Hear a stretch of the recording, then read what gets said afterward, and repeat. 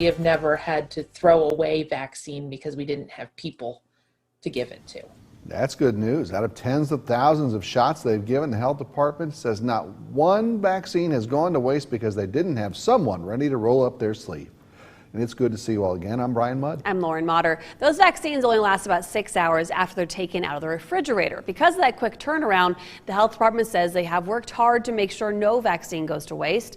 Our director of public health giving KAMC Laughead the latest tonight on how this vaccine rollout has been going and what they do when they have those extra vaccines.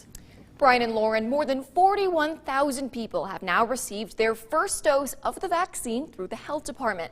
But sometimes after vaccine clinics, the department does have some extra shots because people were no-shows for their appointments. Now, when that does happen, our director of public health, Catherine Wells, says they give the extras to volunteers who help administer the vaccine or to folks who aren't eligible to make appointments as a part of phase 1A or 1B who show up at the end of the day waiting for the extras.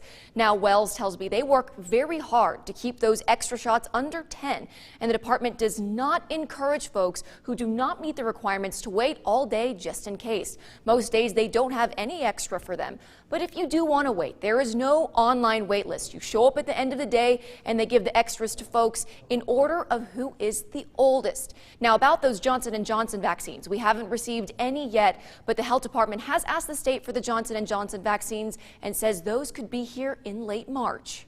We've only lost about 3 vaccines, and those were times when either it fell on the ground or the needle broke. We really want, those who qualify.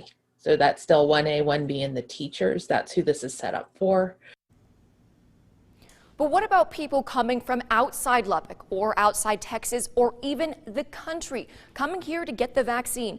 Wells told us that out of the 60,000 total doses, first and second, they've given out, about 50 people were from other states like New Mexico and Colorado, and some were even from as far away as Mexico. Coming up at 10, we'll talk more about that.